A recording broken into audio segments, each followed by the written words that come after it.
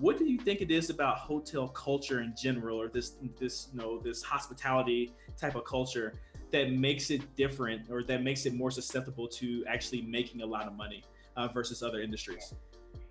The thing is that it's all, the money's always been there, right? It's something that, and it's one of those fields where, if you're not able to collect electric money, like, you're missing out. And hotels have been on boards collecting electric money for a very long time. More importantly, if you have an entrepreneurial mindset, the great thing about it is that you can affiliate with a franchise. Right. So there's some people who say, you know what, this is something I want to pursue, but I may not, I didn't go to hotel school. I don't have that background. I don't have that skill set. And by the way, I'm still interested in maintaining my full-time job. I don't want to become a full-time hotelier. I'm more interested in the investor route. And cool, hey, there's third-party management companies out there that will do everything for you. And then the brand gives you the playbook, the third-party manager runs it, and you manage them, or you can hire an asset manager to manage them and make sure that they're doing their job correctly. And then you can have a really solid investment strategy for that. The other thing is that the hospitality industry, lodging specifically, it encompasses so many other fields, right? And it just makes sense for people to get into it. Again, if you're a restaurateur, you're not scared to open up a hotel with a restaurant. Well, if you had a very successful restaurant and you had, great foot traffic and very successful revenue per available seat hour, and you can look at all these metrics and say, well, hey, I already have a demand. Why not just move it someplace, move it into a hotel?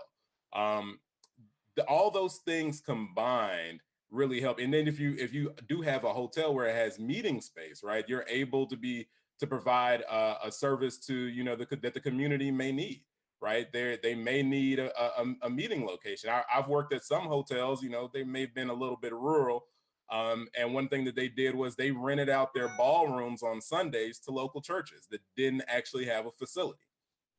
So they would have 2 or 3 churches in different settings on Sunday. And, that's easy money for them. They just set the chairs up once and charge 3 different people, 3 different groups, 3 different fees. And, and that's in it. And now these people weren't staying overnight, but that's another revenue outlet in addition to your guest rooms.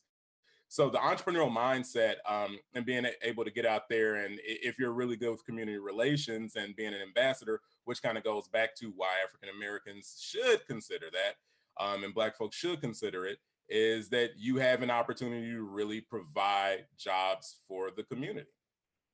Yeah, that's interesting. And, I want to just go down that line of questioning a little bit more before we actually get into how a Black person can actually get into the hotel game, the hotel industry. But, let's talk about why there aren't many hotels in Black communities. I'm making that statement and not actually knowing if it's true or not. But when I go to, a lot of predominantly African-American parts of town, there aren't that many really high quality, or just even hotels in general for lodging.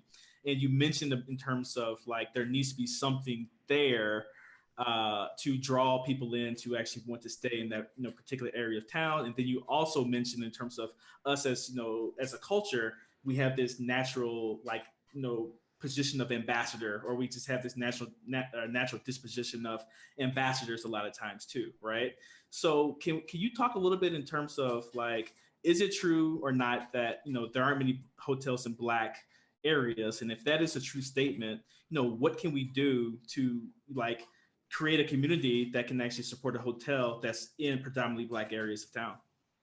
Great question. And I think the follow-up to that question is, do we mean predominantly Black areas, or do we mean areas where it's lower SES, socioeconomic status? So if we're talking about that, then that's just, usual business. The same reason why you don't see, higher end products in certain locations. They do a search on average household income, so forth and so on. But it also, I think it really comes, so I don't know that that's absolutely, 100% accurate. I think it really comes down to what's in the area, right? What is there in the area, and what is the area close to?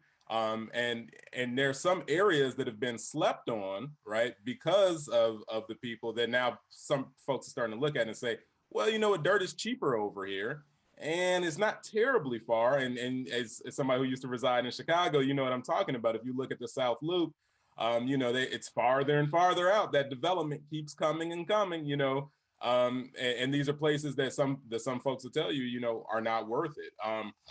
But I think that I think it's not necessarily that you have to be in the community to be of service to the community, right? So if I own a hotel in the richest area, and it also by happenstance happens to not be predominantly Black, you still have the opportunity to create jobs for people because people travel to work, right? So if you were to stand outside of the employee entrance of a hotel in downtown, whatever big market, you'll see people coming in from all over.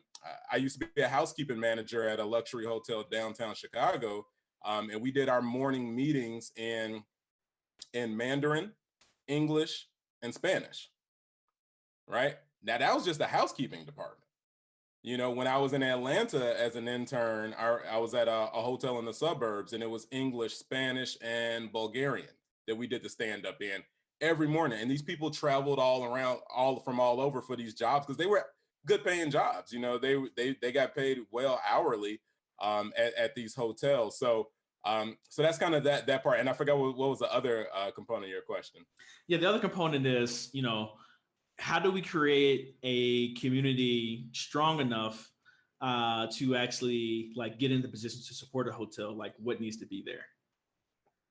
Great. That really comes down to community development, right? So are we, and that's a very long-term play. That's a very long-term play. And I think we all recognize that it can't happen tomorrow, but that comes down to each and every one of us using our talents to invest in the community.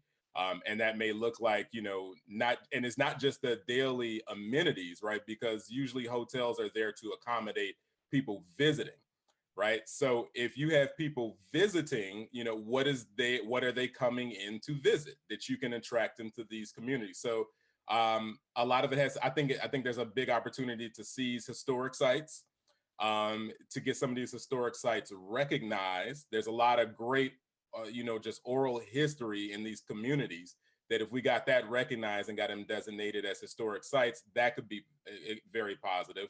They already usually have restaurants and things like that. So I think that's the biggest thing is what type, that's more of a tourism side of it. What is it going to be to drive tourists or a corporate demand? So that's going to be a larger challenge, right? Like, is there a corporation within a mile or whatever the radius is that is willing to stay there? The other piece of it too is, and this is kind of where, so once upon a time, the NAACP used to do a lodging diversity scorecard, like a report card. And it was brutal. A lot of these companies, they got, they felt dragged and people felt attacked. But it talked really a lot about, well, what does your ownership structure look like? What does your board seats look like? How are we involved? So it doesn't necessarily have to be us supporting it in the community, because some communities, just certain areas, Black or otherwise, just due to geography, there's not anything of interest that's going to cause somebody to travel there. So, and that would just forever be.